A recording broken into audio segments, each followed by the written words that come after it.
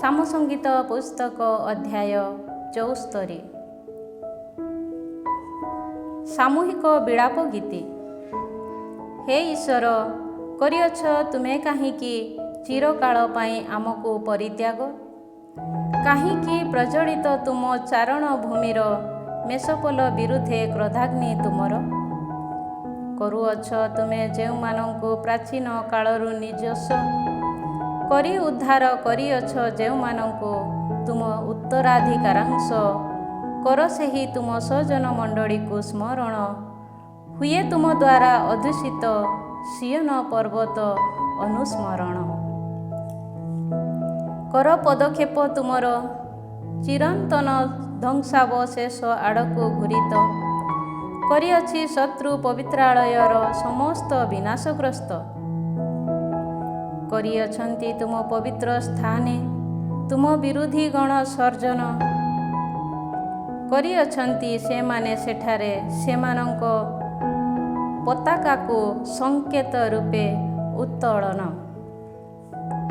କରିଛନ୍ତି। ସେମାନେ ଉପର ଦ୍ୱାରସ୍ଥ ଜାଫ୍ରିକୁ କୁରାଢ଼ୀ ଦ୍ୱାରା ଖଣ୍ଡ ବିଖଣ୍ଡ କରିଛନ୍ତି। ସେମାନେ ତାହାର ସମସ୍ତ ଖୋଦିତ କାଷ୍ଠକୁ ଟାଙ୍ଗିଆ ତଥା ହାତୁଡ଼ିରେ ବିଧ୍ୱସ୍ତ କରିଛନ୍ତି। ସେମାନେ ତୁମ ପବିତ୍ର ଆଳୟକୁ ଅଗ୍ନିରେ ଦଗ୍ଧ, ତୁମ ନାମର ବସତି ସ୍ଥାନକୁ ଧୂଳିସାତ କରିଛନ୍ତି। ସେମାନେ ତାହା ଅପବିତ୍ର କହିଲେ ସେମାନେ ଆତ୍ମବତ କରିବା, ଆମେ ସେମାନଙ୍କୁ ସମ୍ପୂର୍ଣ୍ଣ ବଶୀଭୂତ କରିଛନ୍ତି। ସେମାନେ ଦେଶର ସମସ୍ତ ଆରାଧନାସ୍ଥଳୀକୁ ଦଗ୍ଧ ହେଉନାହୁଁ, ଆମେ କୌଣସି ଦର୍ଶନ ପ୍ରାପ୍ତ କରନ୍ତି ନାହିଁ, କେହି ପ୍ରବକ୍ତା ହୋଇ ଜୀବିତ।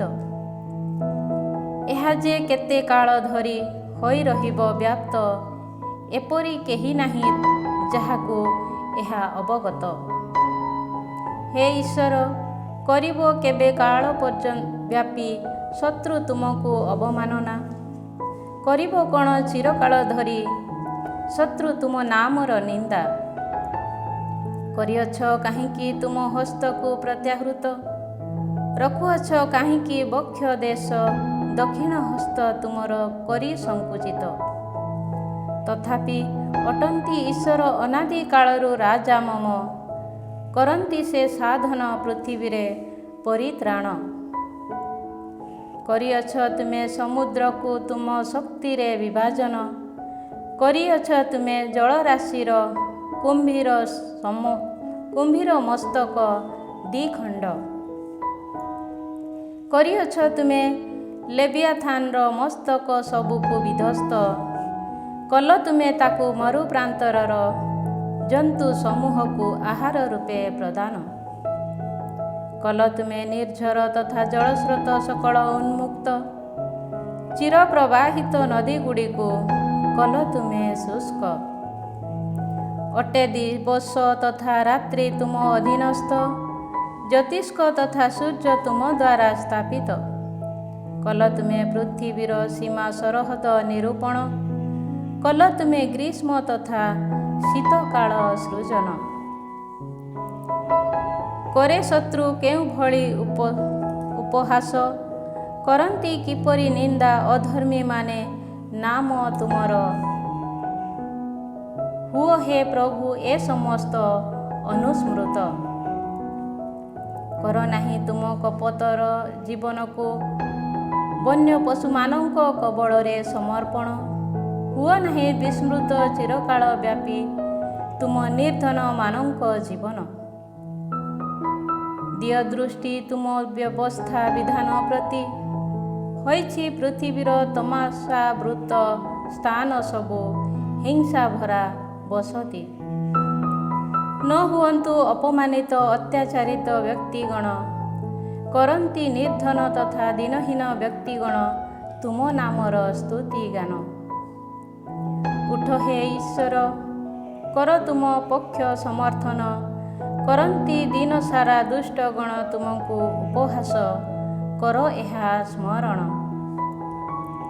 ହୁଅ ନାହିଁ ବିସ୍ମୃତ ତୁମ ଶତ୍ରୁମାନଙ୍କ ଚିତ୍କାର, ଉଠି କରନ୍ତି ବିରୋଧୀମାନେ ଯେଉଁ ଅଟ୍ଟହାସ ନିରନ୍ତର ହୁଅ ନାହିଁ ତାହା ବିସ୍ମୃତ। ଅଧ୍ୟାୟ 75। କୃତଜ୍ଞତା ସ୍ତୋତ୍ର। ହେ ଈଶ୍ୱର, କରୁ ଆମେ ତୁମ ପ୍ରତି କୃତଜ୍ଞତା ଅର୍ପଣ, କରୁ ଆମେ କୃତଜ୍ଞତା ଅର୍ପଣ। ତବ ନାମ ଡାକି କରୁ ଆମେ ନିବେଦନ, କରୁ ଆମେ ତୁମ ଦ୍ୱାରା ସମ୍ପାଦିତ ଅଦ୍ଭୁତ କର୍ମାବଳୀ ବିଜ୍ଞାପନ। ହେବ ଯେବେ ମୋ ଦ୍ୱାରା ନିରୂପିତ ସମୟ ଉପଗତ, ହେବ ତେବେ ନ୍ୟାୟ ବିଚାର ସାଧିତ। ହୁଅନ୍ତି ଯେବେ ପୃଥିବୀ ତଥା ତାହାର ଅଧିବାସୀ ଗଣ ଟଳମଳ, ତେବେ କରନ୍ତି ଯିଏ ସ୍ତମ୍ଭ ସବୁକୁ ସୁଦୃଢ଼େ ସ୍ଥାପନ, ସେ ଅଟେ ମୁଁ। କହେ ମୁଁ ଅହଙ୍କାରୀମାନଙ୍କୁ ହୁଅ ନାହିଁ ଉଦ୍ଧତ, କହେ ମୁଁ ଦୁଷ୍ଟମାନଙ୍କୁ କର ନାହିଁ ତୁମ ଶିଙ୍ଗ ଉତ୍ତୋଳନ। କର ନାହିଁ ଊର୍ଦ୍ଧ୍ୱକୁ ଶିଙ୍ଗ ତୁମ ଉତ୍ତୋଳନ, କର ନାହିଁ ଅହଙ୍କାର ପୂର୍ଣ୍ଣ କଣ୍ଠରେ କଥନ। କାରଣ ପୂର୍ବ କିମ୍ବା ପଶ୍ଚିମରୁ ଅଥବା ମରୁ ପ୍ରାନ୍ତରରୁ ହୁଏ ନାହିଁ ଉନ୍ନୀତ ସମାଗମ। ବରଂ କରନ୍ତି ଯିଏ ନ୍ୟାୟ ବିଚାର ସାଧନ, ଅଟନ୍ତି ସେ ଈଶ୍ୱର, କରନ୍ତି ସେ ଜନକୁ ଅବନମିତ ଓ ଅନ୍ୟ ଜଣକୁ ଉନ୍ନୀତ। କରନ୍ତି ପ୍ରଭୁ ତାହାଙ୍କ ହସ୍ତେ ଧାରଣ, ଫେଣମୟ ତଥା ଉତ୍ତମ ରୂପେ ମିଶ୍ରିତ ଦ୍ରାକ୍ଷାରସ ଭରା ପାନପାତ୍ର। ଢାଳି ଦେବେ ସେ ସେଥିରୁ ଏକ ଢକ, ଓ କରିବେ ପୃଥିବୀବାସୀ ସମସ୍ତ ଦୁଷ୍ଟଜନ ତାହା ନିଃଶେଷେ ପାନ। କିନ୍ତୁ କରିବି ମୁଁ ନିରନ୍ତର ଆନନ୍ଦ, କରିବି ମୁଁ ଯାକୋବଙ୍କ ଈଶ୍ୱରଙ୍କ ଉଦ୍ଦେଶ୍ୟରେ ସ୍ତୁତି ଗାନ। କରିବେ ସେ ଦୁଷ୍ଟମାନଙ୍କ ଶିଙ୍ଗ ସବୁ ଉଚ୍ଛେଦନ, କିନ୍ତୁ ହେବ ନୀତିନିଷ୍ଠ ବ୍ୟକ୍ତିମାନଙ୍କ ଶିଙ୍ଗ ସକଳ ଉନ୍ନୀତ। ଅଧ୍ୟାୟ 76। ସିୟନର ପ୍ରଶଂସା ସ୍ତୋତ୍ର। ଅଟନ୍ତି ଈଶ୍ୱର ଜୁଦାରେ ପରିଚିତ, ଇସ୍ରାଏଲରେ ନାମ ତାହାଙ୍କର ମହୋନ୍ନତ। ନିବାସ ତାହାଙ୍କର ସାଲେମରେ ପ୍ରତିଷ୍ଠିତ, ସିୟନରେ ବସତି ତାହାଙ୍କର ସଂସ୍ଥାପିତ। ବିଦ୍ୟୁତ ଝଲକ ସଦୃଶ ବେଗଗାମୀ ସ୍ୱର, ଢାଲ ଖଡ୍ଗ ତଥା ସମସ୍ତ ଯୁଦ୍ଧାସ୍ତ୍ରକୁ କଲେ ସେ ସେଠାରେ ଭଗ୍ନ। ଅଟ ତୁମେ ମହିମାମୟ, ଶାଶ୍ୱତ ପର୍ବତ ସକଳ ଅପେକ୍ଷା ଅଧିକ ପ୍ରତାପମୟ। ହେଲେ ବଞ୍ଚିତ ସେମାନଙ୍କ ଲୁଣ୍ଠିତ ବସ୍ତୁରୁ ନିର୍ଭୀକ ଚିତ୍ତ ବ୍ୟକ୍ତିଗଣ, ହେଲେ ସେମାନେ ନିଦ୍ରାମଗ୍ନ କରିପାରନ୍ତି ଯେପରି ସେମାନଙ୍କ ହସ୍ତ ଉତ୍ତୋଳନ, ସେଥିସକାଶେ ହେଲେ ଯୋଦ୍ଧାଗଣ ଅକ୍ଷମ। ଯାକୋବଙ୍କ ହେ ଈଶ୍ୱର, ଦେଲ ତୁମେ ଯେବେ ଧମକ, ହେଲେ ତେବେ ଉଭୟ ଅଶ୍ଵ ତଥା ଅଶ୍ୱାରୋହୀ ପ୍ରକମ୍ପନ ପୂର୍ବକ ଭୂପତିତ। କିନ୍ତୁ ଅଟ ତୁମେ ଭୟାନକ, ହୁଏ ଯଦି କ୍ରୋଧ ତୁମର ପ୍ରଜ୍ୱଳିତ, ତେବେ ତବ ସନ୍ନିଧାନେ ଠିଆ ହେବା ପାଇଁ କିଏ ବା ସକ୍ଷମ? କଲ ତୁମେ ଆକାଶମଣ୍ଡଳରୁ ବିଚାର ବିଧି ଉଦ୍ଘୋଷଣ, ହୁଏ ନ୍ୟାୟ ପରାୟଣତା ଯେପରି ସ୍ଥାପିତ, ହୁଅନ୍ତି ଯେପରି ସମସ୍ତ ପୃଥିବୀବାସୀ ରକ୍ଷା ପ୍ରାପ୍ତ। ହେଲେ ତ ନିମନ୍ତେ ଈଶ୍ୱର ଯେବେ ଉତ୍ଥିତ ହେଲା, ପୃଥିବୀ ତେବେ ଭୟରେ ସ୍ତମ୍ଭୀଭୂତ। କରିବ ଅବଶ୍ୟ ମାନବ କ୍ରୋଧ ତବ ସ୍ତୁତିଗାନ, ହେବେ ତୁମ କ୍ରୋଧରୁ ସମସ୍ତେ ରକ୍ଷା ପ୍ରାପ୍ତ ଓ କଟିବନ୍ଧନୀ ସଦୃଶ ତୁମ ସହ ସଂଯୁକ୍ତ। କର ପ୍ରଭୁ ତୁମ ଈଶ୍ୱରଙ୍କ ନାମେ ବ୍ରତ, ସମସ୍ତ ତୁମର ଗ୍ରହଣ। କର ସେ ସମସ୍ତ ପରିପୂରଣ, ଯାହାଙ୍କ ପ୍ରତି ଭୟଭକ୍ତି ପ୍ରଦର୍ଶନ କରିବା ଉଚିତ, ତାହାଙ୍କ ନିକଟକୁ ଘେନି ଆସନ୍ତି ତାହାଙ୍କ ଚତୁର୍ଦିଗସ୍ଥ ଲୋକେ ଉପହାର। କରିବ ଯିଏ ଶାସକମାନଙ୍କ ଜୀବନ ଉଚ୍ଛେଦ, ଅଟନ୍ତି ସେହି ପୃଥିବୀବାସୀ ରାଜାମାନଙ୍କ ପ୍ରତି ଭୟାନକ। ଅଧ୍ୟାୟ 77। ବ୍ୟକ୍ତିଗତ ବିଳାପ ଗୀତି। କରେ ଉଚ୍ଚ ସ୍ୱରରେ ମୁଁ ଈଶ୍ୱରଙ୍କ ସନ୍ନିଧାନେ କ୍ରନ୍ଦନ। କରନ୍ତି ସେ ମୋତେ ଯେପରି ଶ୍ରବଣ, ତନ୍ନିମନ୍ତେ କରେ ମୁଁ ଉଚ୍ଚ ସ୍ୱରରେ ତାହାଙ୍କ ନିକଟେ ନିବେଦନ। କରେ ମୁଁ ଦୁର୍ଦ୍ଦଶା ଦିନେ ପ୍ରଭୁଙ୍କର ସନ୍ଧାନ, କରିଅଛି ମୁଁ ରାତ୍ରି ସାରା ଅକ୍ଳାନ୍ତେ, ହସ୍ତ ମୋର ଉତ୍ତୋଳନ। ଆଶ୍ୱସ୍ତ ହେବା ପାଇଁ ହୁଏ ଆତ୍ମା ମୋର ଅସମ୍ମତ, କରି ଈଶ୍ୱରଙ୍କ ସମ୍ବନ୍ଧେ ଅନୁଧ୍ୟାନ କରେ ମୁଁ ରୋଦନ। କରେ ମୁଁ ଅନୁଧ୍ୟାନ ଓ ଆତ୍ମା ମୋର ହୁଏ ଅବସନ୍ନ। ଦେଇନାହଁ ତୁମେ ମୋତେ ଅନୁମତି, ମୋର ଚକ୍ଷୁ ପତାକୁ କରିବା ପାଇଁ ବନ୍ଦ। କରି ନ ପାରେ ମୁଁ ଯେପରି କଥନ, ହୋଇଛି ମୁଁ ସେହିପରି ବିଚଳିତ। କରେ ମୁଁ ଅତୀତ କାଳ ସମ୍ବନ୍ଧେ ସ୍ମରଣ, ପୁରାତନ ବର୍ଷ ସବୁକୁ କରେ ମୁଁ ଅନୁସ୍ମରଣ। ହୃଦୟ ମୋର କରେ ସାରା ରାତ୍ରି ଅନୁଧ୍ୟାନ, କରେ ଧ୍ୟାନ ପୂର୍ବକ ଆତ୍ମା ମୋର ଏହା ସନ୍ଧାନ। କରିବେ କ'ଣ ଈଶ୍ୱର ଚିରକାଳ ବ୍ୟାପୀ ପରିତ୍ୟାଗ, ହେବେ ନାହିଁ ସେ କ'ଣ ଆଉ ସୁପ୍ରସନ୍ନ। ହେଲା କ'ଣ ଚିରକାଳ ବ୍ୟାପୀ ନିରନ୍ତର ସ୍ନେହ ତାହାଙ୍କର ସ୍ଥଗିତ, ଘଟିଲା କ'ଣ ଚିରକାଳ ବ୍ୟାପୀ ପରିସମାପ୍ତି ତାହାଙ୍କର ପ୍ରତିଶ୍ରୁତି ସକଳର। ହୋଇଛନ୍ତି କ'ଣ ଈଶ୍ୱର କରୁଣା ପ୍ରଦର୍ଶନ ପାଇଁ ବିସ୍ମୃତ, କରିଛନ୍ତି ସେ କ'ଣ କ୍ରୋଧ ଯୋଗୁଁ ତାହାଙ୍କ କୃପା ରୁଦ୍ଧ। କହିଲି ମୁଁ ଏହା ହିଁ ଯେ ମୋର ଦୁଃଖ, କଲେ ନାହିଁ ପରାତ୍ପର ତାହାଙ୍କ ଦକ୍ଷିଣ ହସ୍ତକୁ ପ୍ରକାଶିତ। କରିଅଛି ମୁଁ ପ୍ରଭୁଙ୍କ ଦ୍ୱାରା ସମ୍ପାଦିତ କାର୍ଯ୍ୟ ସ୍ମରଣ, କରିବି ମୁଁ ତୁମ ଦ୍ୱାରା ପୂର୍ବରେ ସାଧିତ ଅଦ୍ଭୁତ କର୍ମ ସବୁ ଅନୁସ୍ମରଣ। କରେ ମୁଁ ତୁମ କର୍ମ ବଳି ସମ୍ବନ୍ଧେ ଅନୁଧ୍ୟାନ, କରେ ମୁଁ ତୁମ ଆଶ୍ଚର୍ଯ୍ୟଜନକ କାର୍ଯ୍ୟ ସମ୍ପର୍କେ ଚିନ୍ତା ଗଭୀର। ହେ ଈଶ୍ୱର, ଅଟେ ମାର୍ଗ ତୁମର ପବିତ୍ର, ଅନ୍ୟ କେଉଁ ଦେବ ଆମ ଈଶ୍ୱରଙ୍କ ସଦୃଶ ଅଟେ ମହାନ। କରନ୍ତି ଯିଏ ସାଧନ ଅଦ୍ଭୁତ କର୍ମ, ଅଟେ ସେହି ଈଶ୍ୱର ତୁମେ। ପ୍ରକାଶିତ ଅଛନ୍ତି ଯିଏ ତାହାଙ୍କ ଶକ୍ତି ଜନତା ମଧ୍ୟେ ଅଟ ସିଏ ତୁମେ। କଲା ତବ ହସ୍ତ ତବ ସ୍ୱଜନମାନଙ୍କୁ, ଯାକୁବ ଓ ଯୋସେଫଙ୍କ ସନ୍ତାନମାନଙ୍କୁ ଉଦ୍ଧାର। ହେ ଈଶ୍ୱର, ପାଇଲା ଯେବେ ସମୁଦ୍ର ତବ ଦର୍ଶନ, ପାଇଲା ଯେବେ ସାଗର ତୁମ ଦର୍ଶନ, ହେଲା ତେବେ ତାହା ପ୍ରକମ୍ପିତ, ହେଲା ଅଗାଧ କମ୍ପିତ। ମେଘମାଳା ବୃଷ୍ଟି କଲା ଜଳ, କଲା ବ୍ରଜନାଦ ଆକାଶ ମଣ୍ଡଳ, ଝଲସିଲା ଚତୁର୍ଦିଗେ ତୁମ ସ୍ୱର ସକଳ। ହେଲା ବ୍ରଜ ନିନାଦ ତୁମ ଘୂର୍ଣ୍ଣି ବାୟୁରେ ଧ୍ୱନିତ, କଲା ତୁମ ବିଦ୍ୟୁତ ଝଲକ ପୃଥିବୀକୁ ଆଲୋକିତ। ହେଲା ପୃଥିବୀ ଥରହର ପୂର୍ବକ ପ୍ରକମ୍ପିତ, ଥିଲା ସମୁଦ୍ର ମଧ୍ୟରେ ତୁମ ମାର୍ଗ ଓ ଜଳରାଶି ମଧ୍ୟରେ ତୁମ ପଥ, ତଥାପି ଥିଲା ପଦାଙ୍କ ତବ ଅଦୃଶ୍ୟ। ମୋସେସ ଓ ଆରୋନଙ୍କ ନେତୃତ୍ୱରେ ତବ ସ୍ୱଜନମାନଙ୍କୁ ମେଷପଲ ତୁଲ୍ୟ କଢ଼ାଇ ଆଣିଲ ତୁମେ। ଅଧ୍ୟାୟ 78।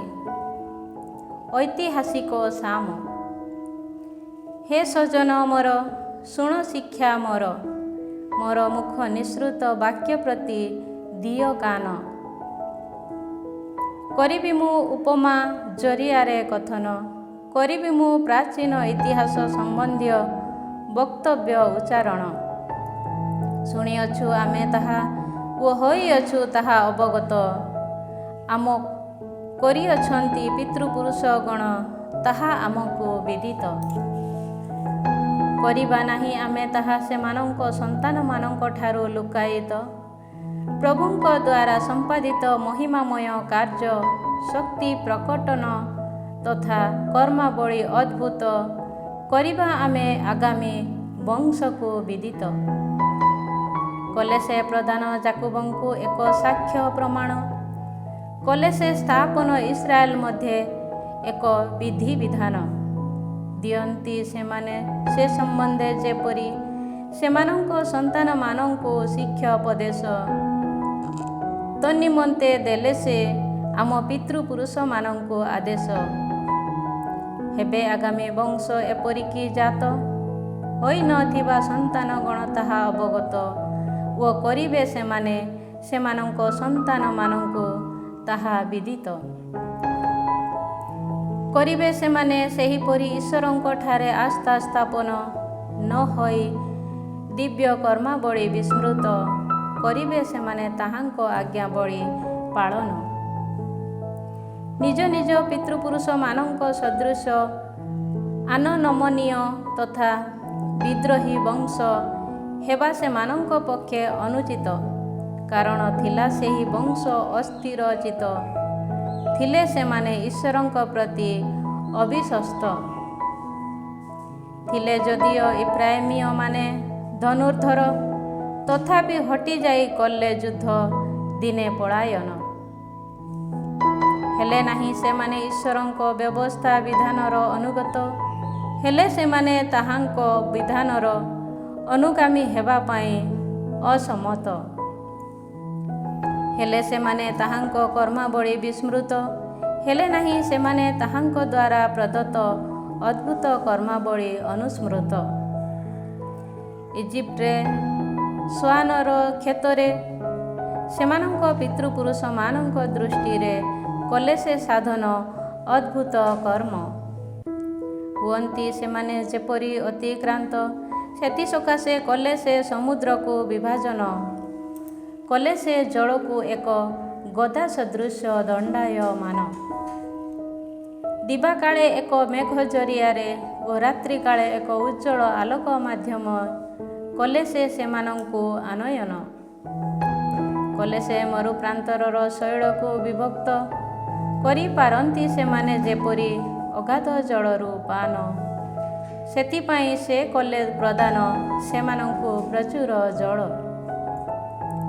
କଲେ ସେ ଶୈଳରୁ ଜଳ ବହିର୍ଗତ କରାଇଲେ ସେ ନଦୀ ସଦୃଶ ଜଳ ପ୍ରବାହିତ ତଥାପି କଲେ ସେମାନେ ତାହାଙ୍କ ବିରୁଦ୍ଧେ ଅଧିକ ପାପ କଲେ ସେ ସେମାନେ ମରୁଭୂମିରେ ପରାତ୍ପରଙ୍କ ବିପକ୍ଷେ ବିଦ୍ରୋହ ହେଲେ ସେମାନେ ଯେଉଁ ଭୋଜନ ପାଇଁ ଲାଳାୟିତ ଦାବି କରି ତାହା କଲେ ସେମାନେ ସେମାନଙ୍କ ହୃଦୟରେ ପରୀକ୍ଷା ଈଶ୍ୱରଙ୍କୁ କଲେ ଈଶ୍ୱରଙ୍କ ବିରୁଦ୍ଧେ ସେମାନେ ଏହି କଥନ କରିପାରିବେ କ'ଣ ଈଶ୍ୱର ମରୁପ୍ରାନ୍ତରେ ଭୋଜନ ମେଜ ପ୍ରସ୍ତୁତ କଲେ ସେ ଶୈଳ ଉପରେ ଆଘାତ ଫଳରେ ହେଲା ଜଳ ନିର୍ଗତ ଓ ହେଲା ଜଳସ୍ରୋତ ଉଚ୍ଛ୍ୱସିତ କରିପାରିବେ କ'ଣ ସେ ରୁଟି ମଧ୍ୟ ପ୍ରଦାନ କିମ୍ବା କରିପାରିବେ ସେ କ'ଣ ତାହାଙ୍କ ସ୍ୱଜନମାନଙ୍କ ପାଇଁ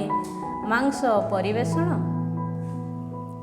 ହେଲେ ଈଶ୍ୱର ଏହା ଶୁଣି କ୍ରୋଧାନ୍ୱିତ ହେଲା ଯାକୁବଙ୍କ ବିରୁଦ୍ଧେ ଏକ କ୍ରୋଧାଗ୍ନି ପ୍ରଜ୍ୱଳିତ ଇସ୍ରାଏଲ ବିପକ୍ଷେ ତାହାଙ୍କ କୋପ ହେଲା ଉତ୍ଥିତ କାରଣ କଲେ ନାହିଁ ସେମାନେ ଈଶ୍ୱରଙ୍କଠାରେ ବିଶ୍ୱାସ ସ୍ଥାପନ ଓ କଲେ ନାହିଁ ତାହାଙ୍କ ରକ୍ଷାକାରୀ ଶକ୍ତିରେ ଆସ୍ଥା ସ୍ଥାପନ ତଥାପି ଦେଲେ ସେ ଉର୍ଦ୍ଧ୍ୱ ଆକାଶକୁ ଆଦେଶ କଲେ ସେ ଆକାଶ ମଣ୍ଡଳର ସେମାନଙ୍କ ଦ୍ୱାର ସକଳ ଉନ୍ମୁକ୍ତ ସେମାନଙ୍କ ଖାଦ୍ୟ ପାଇଁ କଲେ ସେ ମାନ୍ନା ବର୍ଷଣ କଲେ ସେ ସେମାନଙ୍କୁ ସ୍ୱର୍ଗୀୟ ଶସ୍ୟ ପ୍ରଦାନ କଲା ମନୁଷ୍ୟ ଦେବଦୂତମାନଙ୍କ ଖାଦ୍ୟ ଭୋଜନ କଲେ ସେ ସେମାନଙ୍କ ପାଇଁ ପ୍ରଚୁର ଆହାର ପ୍ରେରଣ କରାଇଲେ ସେ ପୂର୍ବୀୟ ବାୟୁକୁ ନଭମଣ୍ଡଳରେ ପ୍ରବାହିତ ଓ କରାଇଲେ ସେ ତାହାଙ୍କ ଶକ୍ତି ଦ୍ୱାରା ଦକ୍ଷିଣ ବାୟୁକୁ ଆନିତ କଲେ ସେ ସେମାନଙ୍କ ଉପରେ ଧୂଳି ସଦୃଶ ମାଂସ ବର୍ଷଣ ଓ କଲେ ସେ ପକ୍ଷ ବିଶିଷ୍ଟ ପକ୍ଷୀମାନଙ୍କୁ ସମୁଦ୍ରର ବାଲୁକା ପରି ବର୍ଷଣ। ଛାଉଣି ସେମାନଙ୍କ ମଧ୍ୟ ଓ ଆବାସ ସକଳ ସେମାନଙ୍କ ଚତୁଃପାର୍ଶ୍ୱେ କଲେ ସେ ସମସ୍ତକୁ ନିପତିତ କରି ଭୋଜନ ହେଲେ ସେମାନେ ପରିତୃପ୍ତ, ଯାହା ପ୍ରତି ହେଲେ ସେମାନେ ଲୋଭାସକ୍ତ କଲେ ସେମାନଙ୍କୁ ତାହା ପ୍ରଦାନ। କିନ୍ତୁ ଲୋଲୁପତା ସେମାନଙ୍କର ପରିତୃପ୍ତ ହେବା ପୂର୍ବେ ସେହି ଖାଦ୍ୟ ଆହୁରି ସେମାନଙ୍କ ମୁଖେ ଥିବାବେଳେ ହେଲା ସେମାନଙ୍କ ବିରୁଦ୍ଧେ ଈଶ୍ୱରଙ୍କ କୋପାନଳ ପ୍ରଜ୍ୱଳିତ କଲେ ସେମାନଙ୍କ ମଧ୍ୟରୁ ଶକ୍ତିଶାଳୀମାନଙ୍କୁ ନିଧନ କଲେ ଇସ୍ରାଏଲର ଯୁଦ୍ଧ ପ୍ରବୀଣମାନଙ୍କୁ ସଂହାର। ଏହା ସତ୍ତ୍ୱେ କଲେ ସେମାନେ ପୁନରାୟ ପାପ, ଯାହାଙ୍କ ଦ୍ୱାରା ସମ୍ପାଦିତ ଅଦ୍ଭୁତ କର୍ମ ଦେଖି ମଧ୍ୟ କଲେ ନାହିଁ ସେମାନେ ବିଶ୍ୱାସ। ସୁତରାଂ କଲେ ସେମାନଙ୍କ ଦିନ ସବୁକୁ ଶ୍ୱାସ ବାୟୁ ସଦୃଶ ସମାପ୍ତ ହେଲା, ସେମାନଙ୍କ ବର୍ଷ ସକଳ ଭୟରେ ଅଭିଭୂତ କଲେ ଯେବେ ସେମାନଙ୍କୁ ବଦ୍ଧ କଲେ ତେବେ ସେମାନେ ତାହାଙ୍କର ଅନ୍ୱେଷଣ ହୋଇ ଅନୁତପ୍ତ କଲେ ଈଶ୍ୱରଙ୍କୁ ସେମାନେ ଏକନିଷ୍ଠ ଭାବେ ସନ୍ଧାନ ଅଟନ୍ତି ଈଶ୍ୱର ଶୈଳ ସେମାନଙ୍କର କଲେ ସେମାନେ ସ୍ମରଣ ଯେ ଅଟନ୍ତି ପରାତ୍ପର ଈଶ୍ୱର ଉଦ୍ଧାରକର୍ତ୍ତା ସେମାନଙ୍କର। ତଥାପି ଥିଲା ସେମାନଙ୍କ ମୁଖ ନିଃସୃତ ସ୍ତବ ଗୀତି ଚାଟୁବାକ୍ୟ, ମିଥ୍ୟା ଥିଲା ସେମାନଙ୍କ ଜିହ୍ୱା ପ୍ରସ୍ତୁତ ବଚନ। ହୃଦୟ ସେମାନଙ୍କର ହୋଇ ରହିଲା ନାହିଁ ତାହାଙ୍କ ସହ ସଂଲଗ୍ନ କଲେ ନାହିଁ ସେମାନେ ତାହାଙ୍କ ବ୍ୟବସ୍ଥା ବିଧାନ ପ୍ରତି ବିଶ୍ୱସ୍ତତା ପାଳନ। ତଥାପି କଲେ ସେ କ୍ଷମା ସଦୟ ସେମାନଙ୍କ ଦୋଷ କଲେ ନାହିଁ ସେମାନଙ୍କୁ ବିନାଶ କଲେ ବହୁବାର ତାହାଙ୍କ କ୍ରୋଧ ନିୟନ୍ତ୍ରଣ କଲେ ନାହିଁ ତାହାଙ୍କ କ୍ରୋଧ ଉଦ୍ରେକ କଲେ ସ୍ମରଣ ଅଟନ୍ତି ସେମାନେ କେବଳ ମାଂସ ମାତ୍ର ଫେରି ଆସି ପାରୁନଥିବା ବାୟୁ ମାତ୍ର କଲେ ସେମାନେ ମରୁପ୍ରାନ୍ତରେ ତାହାଙ୍କ ବିରୁଦ୍ଧେ କେତେ ଥର ବିଦ୍ରୋହ କଲେ ତାହାଙ୍କୁ କେତେ ଥର ମରୁଭୂମିରେ ଦୁଃଖିତ କଲେ ସେମାନେ ଈଶ୍ୱରଙ୍କୁ ପରୀକ୍ଷା ବାରମ୍ବାର କରାଇଲେ ଈଶ୍ୱରଙ୍କ ପବିତ୍ରତମକୁ କୁପିତ ଶକ୍ତି ପ୍ରଭାବ ତାହାଙ୍କ ସମ୍ବନ୍ଧେ କିମ୍ବା ଶତ୍ରୁମାନଙ୍କଠାରୁ ସେମାନଙ୍କୁ ମୁକ୍ତ କରିଥିବା ଦିବସ ସମ୍ପର୍କେ କଲେ ନାହିଁ ସେମାନେ ସ୍ମରଣ। ଇଜିପ୍ଟରେ ତାହାଙ୍କ ଦ୍ୱାରା ସମ୍ପାଦିତ ନିଦର୍ଶନାବଳୀ ଓ ସୋଆନର କ୍ଷେତରେ ତାହାଙ୍କ ଦ୍ୱାରା ସାଧିତ ଅଦ୍ଭୁତ କର୍ମାବଳୀ ସମ୍ବନ୍ଧେ କଲେ ନାହିଁ ସେମାନେ ସ୍ମରଣ କଲେ ସେମାନଙ୍କ ନଦୀଗୁଡ଼ିକୁ ରକ୍ତରେ ପରିଣତ ସୁତରାଂ ହେଲେ ସେମାନେ ଜଳସ୍ରୋତରୁ ପାନ କରିବା ପାଇଁ ଅସମର୍ଥ ପଠାଇଲେ ସେମାନଙ୍କ ମଧ୍ୟକୁ ପତଙ୍ଗ ଦଳ କଲା ତାହା ସେମାନଙ୍କୁ ଗ୍ରାସ କଲେ ମଣ୍ଡୁକ ସବୁକୁ ପ୍ରେରଣ କଲେ ସମସ୍ତ ସେମାନଙ୍କୁ ବିନାଶ ସମ୍ବାଳୁଆ ପ୍ରତି ସେମାନଙ୍କ ଫସଲ ଓ ପଙ୍ଗପାଳ ପ୍ରତି ସେମାନଙ୍କ ପରିଶ୍ରମର ଫଳକୁ କଲେ ସମର୍ପଣ କରକାପାତ ଦ୍ୱାରା ସେମାନଙ୍କ ଦ୍ରାକ୍ଷା ଉଦ୍ୟାନ ଓ ତୁଷାର ଦ୍ୱାରା ସେମାନଙ୍କ ସିକାମର ବୃକ୍ଷ ସକଳ କଲେ ବିନାଶ କରକାପାତ ପ୍ରତି ସେମାନଙ୍କ ପଶୁପଲ ଓ ବଜ୍ରାଘାତ ପ୍ରତି ସେମାନଙ୍କ ମେଷପଲ କଲେ ସମର୍ପଣ ତାହାଙ୍କ କ୍ରୋଧର ଉଗ୍ରତା କୋପ ରସ ସଙ୍କଟ ରୂପ ସଂହାରକ ଦୂତମାନଙ୍କ ଏକ ଦଳକୁ କଲେ ସେମାନଙ୍କ ମଧ୍ୟକୁ ପ୍ରେରଣ ତାହାଙ୍କ କ୍ରୋଧ ସକାଶେ କଲେ ପ୍ରସ୍ତୁତ ଏକ ପଥ କଲେ ନାହିଁ ସେମାନଙ୍କୁ ମୃତ୍ୟୁ କବଳରୁ ମୁକ୍ତ ବରଂ ମହାମାରୀ କବଳରେ କଲେ ସେମାନଙ୍କ ଜୀବନ ସମର୍ପଣ ଇଜିପ୍ଟର ପ୍ରଥମ ଜାତ ସମସ୍ତ ଓ ଆମର ଶିବିରବାସୀମାନଙ୍କ ପୁରୁଷତ୍ୱର ପ୍ରଥମ ଫଳକୁ କଲେ ସେ ସଂହାର। କିନ୍ତୁ କଲେ ସେ ତାହାଙ୍କ ସ୍ୱଜନମାନଙ୍କୁ ମେଷପଲ ତୁଲ୍ୟ ବହିର୍ଗତ ଓ କଲେ ସେ ମରୁପ୍ରାନ୍ତରରେ ସେମାନଙ୍କୁ ମେଷପଲ ତୁଲ୍ୟ ଆନୟନ। କଲେ ସେ ସେମାନଙ୍କୁ ସୁରକ୍ଷିତାବସ୍ଥାରେ ଆନୟନ। ସୁତରାଂ ହେଲେ ନାହିଁ ସେମାନେ ଭୀତ, କିନ୍ତୁ କଲା ସମୁଦ୍ର ସେମାନଙ୍କ ଶତ୍ରୁମାନଙ୍କୁ ଆଚ୍ଛାଦିତ। ତାହାଙ୍କ ପବିତ୍ର ଦେଶକୁ ତାହାଙ୍କ ଦକ୍ଷିଣ ହସ୍ତେ ଅଧିକୃତ ଏହି ପର୍ବତକୁ କଲେ ସେ ସେମାନଙ୍କୁ ଆନୟନ। କଲେ ସେ ଜାତିଗଣଙ୍କୁ ସେମାନଙ୍କ ସମ୍ମୁଖରୁ ବିତାଡ଼ିତ। ସେମାନଙ୍କ ନିମନ୍ତେ କଲେ ସେ ବିଭାଜନ ଏକ ଅଧିକାରାଂଶ କରାଇଲେ ଇସ୍ରାଏଲୀୟ ଗୋଷ୍ଠୀ ସକଳକୁ ସେମାନଙ୍କ ଶିବିର ଗୁଡ଼ିକରେ ଅବସ୍ଥାପିତ। ତଥାପି କଲେ ସେମାନେ ପରାତ୍ପର ଈଶ୍ୱରଙ୍କୁ ପରୀକ୍ଷା ତଥା ବିଦ୍ରୋହ ଓ କଲେ ନାହିଁ ସାକ୍ଷ୍ୟ ପ୍ରମାଣ ସକଳ ତାହାଙ୍କର ପାଳନ। ଗଲେ ଅହରି ଯେପରି ଈଶ୍ୱରଙ୍କ ସମୀପରୁ ସେମାନଙ୍କ ପିତୃପୁରୁଷ ଗଣ କଲେ ସେମାନଙ୍କ ପିତୃପୁରୁଷମାନେ ଯେପରି ସାଧନ ଦୂରେଇ ଯାଇ ଈଶ୍ୱରଙ୍କ ସମୀପରୁ କଲେ ସେମାନେ ସେହିପରି ଅବିଶ୍ୱସ୍ତ ଆଚରଣ ହରାଇଲେ ଲକ୍ଷ୍ୟ ସେମାନେ ପ୍ରବଞ୍ଚକ ଧନୁ ସଦୃଶ୍ୟ। ସେମାନଙ୍କ ଉଚ୍ଚ ପୂଜାସ୍ଥଳୀ ଜରିଆରେ କରାଇଲେ ସେମାନେ ତାହାଙ୍କୁ କୁପିତ। ସେମାନଙ୍କ ଖୋଦିତ ପିତୁଳା ସମୂହ ମାଧ୍ୟମରେ କରାଇଲେ ସେମାନେ ତାହାଙ୍କୁ ଈର୍ଷାନ୍ୱିତ। ଶୁଣି ଏହା ହେଲେ ଈଶ୍ୱର କ୍ରୁଦ୍ଧ କଲେ ସେ ଇସ୍ରାଏଲକୁ ସମ୍ପୂର୍ଣ୍ଣ ରୂପେ ଅଗ୍ରାହ୍ୟ। ସୁତରାଂ ମାନବ ଜାତି ମଧ୍ୟରେ ତାହାଙ୍କ ନିବାସ ସ୍ୱରୂପ ତାହାଙ୍କ ଦ୍ୱାରା ଯାହା ମନୋନୀତ ଶିଲସ୍ଥିତ ସେହି ତାହାଙ୍କର ଶିବିର କଲେ ସେ ପରିତ୍ୟାଗ। ତାହାଙ୍କ ଶକ୍ତିକୁ ଦାସତ୍ୱରେ ଓ ତାହାଙ୍କ ମହତ୍ତ୍ୱକୁ ଶତ୍ରୁ ହସ୍ତେ କଲେ ସେ ସମର୍ପଣ। ଯେପରି ଖଡ଼୍ଗ ମୁଖେ ହୁଅନ୍ତି ତାହାଙ୍କ ସ୍ୱଜନମାନେ ପତିତ, ସେଥିପ୍ରତି କଲେ ସେ ସେମାନଙ୍କୁ ସମର୍ପଣ।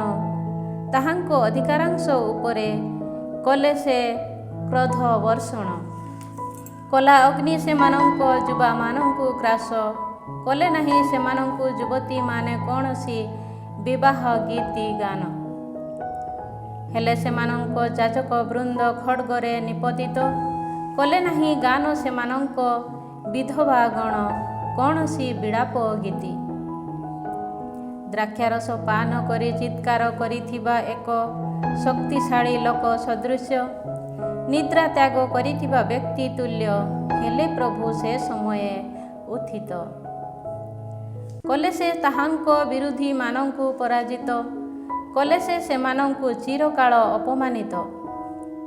କଲେ ସେ ଯୋସେଫଙ୍କ ଶିବିର ପରିତ୍ୟାଗ କଲେ ନାହିଁ ସେ ଏଫ୍ରାଇମଙ୍କ ଗୋଷ୍ଠୀକୁ ମନୋନୀତ। କିନ୍ତୁ ଯୁଦା ଗୋଷ୍ଠୀ ଓ ତାହାଙ୍କ ସ୍ନେହ ପାତ୍ର ସିୟନ ପର୍ବତକୁ କଲେ ସେ ମନୋନୀତ। ସୁଉଚ୍ଚ ନଭମଣ୍ଡଳ ତୁଲ୍ୟ ଚିରକାଳ ବ୍ୟାପୀ ତାହାଙ୍କ ଦ୍ୱାରା ସଂସ୍ଥାପିତ ଧରାଧାମ ସଦୃଶ୍ୟ କଲେ ସେ ତାହାଙ୍କ ଆଳୟ ନିର୍ମାଣ। କଲେ ସେ ତାହାଙ୍କ ଦାସ ଦାବିଦଙ୍କୁ ମନୋନୀତ। ମେଷଶାଳା ମଧ୍ୟରୁ କଲେ ସେ ତାହାଙ୍କୁ ଆହ୍ୱାନ। ହୁଅନ୍ତି ସେ ଯେପରି ତାହାଙ୍କ ସ୍ୱଜନ ଯାକୋବ ଓ ତାହାଙ୍କ ଉତ୍ତରାଧିକାର ଇସ୍ରାଏଲ ମେଷପାଳକ ତନ୍ନିମନ୍ତେ ସ୍ତନ୍ୟଦାୟିନୀ ସ୍ତ୍ରୀ ମେଷମାନଙ୍କ ପ୍ରତିପାଳନ କାର୍ଯ୍ୟରୁ କଲେ ସେ ତାହାଙ୍କୁ ଆହ୍ୱାନ। କଲେ ସେ ସେମାନଙ୍କୁ ନୀତିନିଷ୍ଠ ହୃଦୟରେ ଚାରଣ କଲେ ସେ ସେମାନଙ୍କୁ ଦକ୍ଷ ହସ୍ତେ ପଥ ପ୍ରଦର୍ଶନ।